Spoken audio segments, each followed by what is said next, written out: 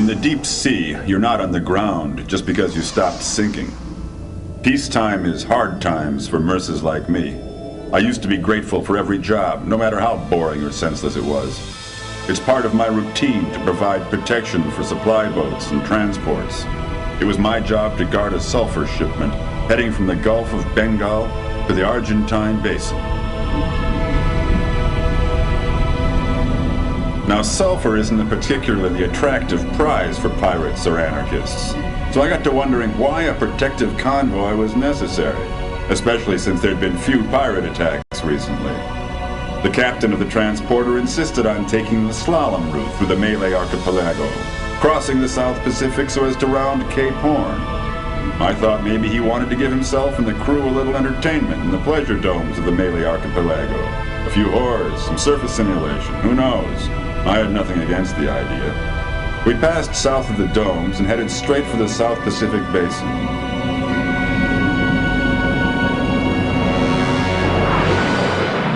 They came at us from every direction. A torpedo exploding close off my bow jolted me from my daydreams. A small fleet of fighter boats under the flag of the Shogun encircled us. It probably wasn't monarchists, just bandits from the tornado zone. As a greeting, they sent us a flash shark, which penetrated the outer wall of the freighter and knocked out its electrical system. A hungry swarm of bull sharks was after me. It's no fun in a fix like that if you've only got a dilapidated boat with one firing tower. The automatic finder picked out the approaching torpedoes and sent them to the bottom one after the other, while the only thing I could do was fire a few feeble thresher sharks against the agile boats. Then three things happened at once. My location system failed, an explosion astern set my boat rolling, and a smart Shogun bomber, flashing painted teeth, appeared, hovering right in front of me. I might have known that she was behind it all. My own personal nightmare from the depths of the tornado zone. I closed the valves on my suit, crawled into the escape hatch, and angrily jettisoned my lifeboat with a blast of compressed air. And not a second too soon, my crippled boat rolled over and sank into darkness as the grinning bomber strafed my titanium capsule with a salvo of hard-cased shot.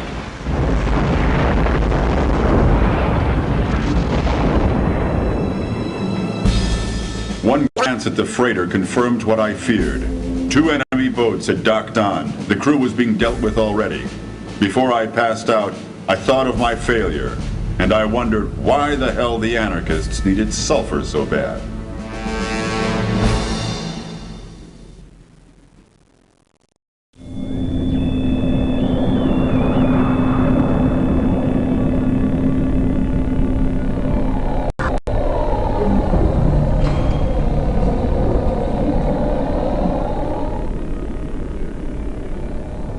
I came to, freezing on a cold metal floor, and I didn't know which was sharper, the features of the woman or the blade of the knife she threatened me with. She was a Russo-Japanese named Hung Lung, which means Red Dragon. A long time ago in a penal colony in the Sea of Okhotsk, I slept with her. But at that moment, feelings of nostalgia stayed deep. She was the enemy, always had been. I defeated her once in a fight at the edge of the Sandwich Trench and spared her life. She's like me. And our paths have crossed often, and she's always my enemy.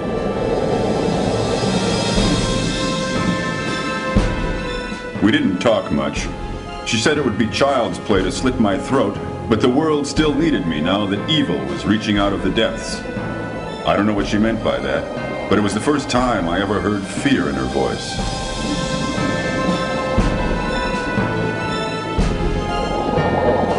The Ronin didn't kill me. She did the same as I had done at the Sandwich Trench. She gave me a tank full of breathing gas and expelled me from a lock into the ocean.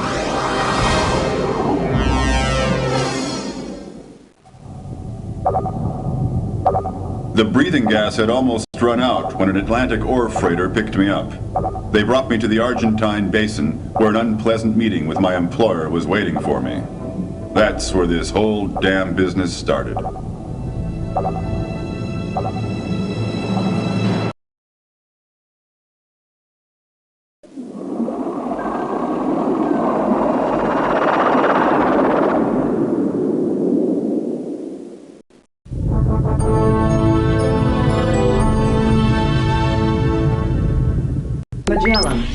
Extraction of biogenic sediments, 5,423 meters.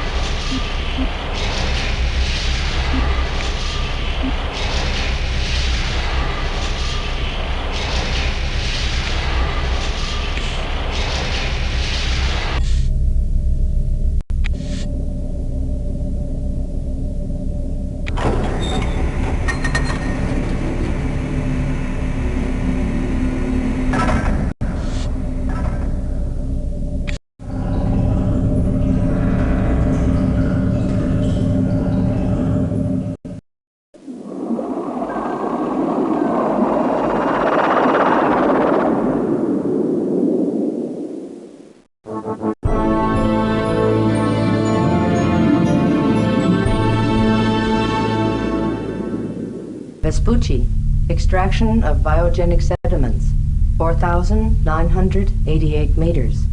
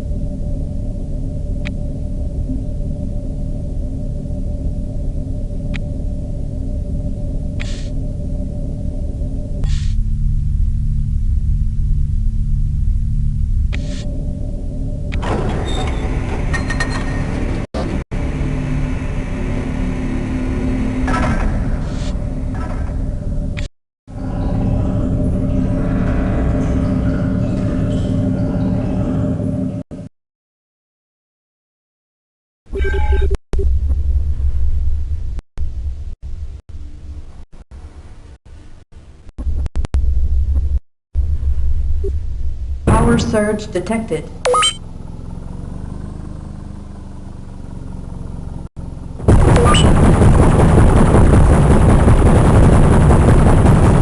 Sonar ready.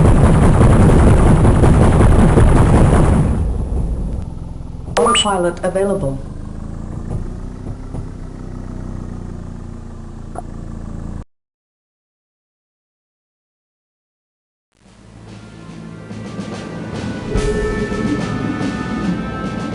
The ship that this junk dealer foisted off on me didn't offer a lot of comfort.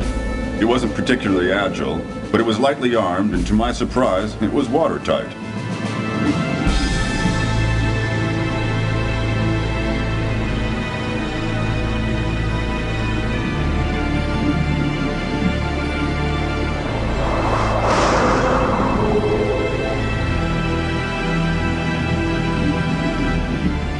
I wasn't in a position to make many demands because I just screwed up a pretty good job. I picked up Perry LaSalle, who was seething with rage, and on his way to see my employer, El Topo. El Topo, the mole, so named because he hides his eyes from the light, except when it comes from the surveillance monitors in his dismal mountain fortress. The mole is a powerful force behind the scenes, and he has access to the most important power centers in Aqua. I was sure that here I'd find out what was really on board that freighter.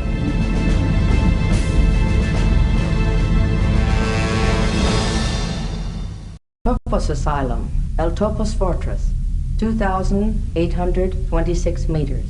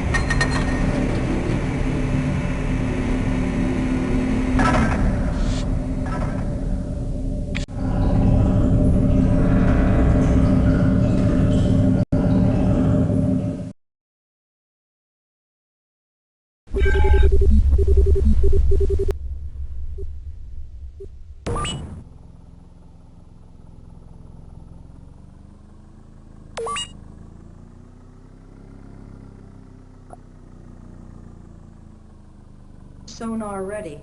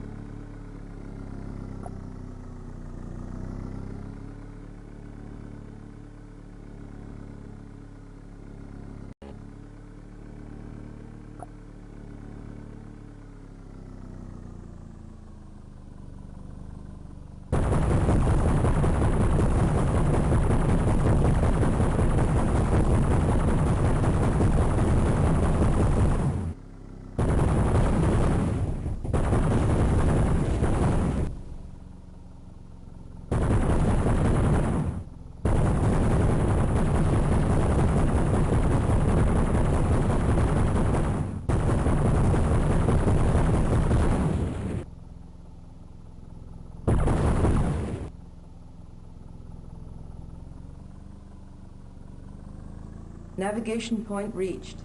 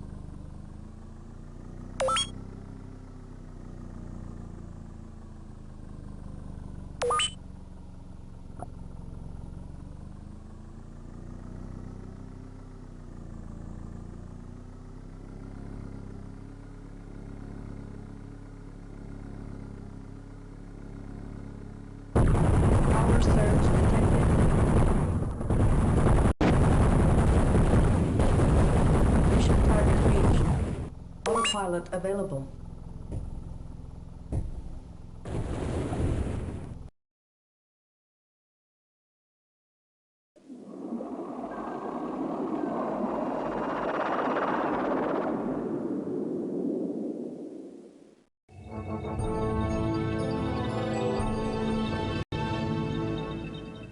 Topos Asylum, El Topo's Fortress, 2,826 meters.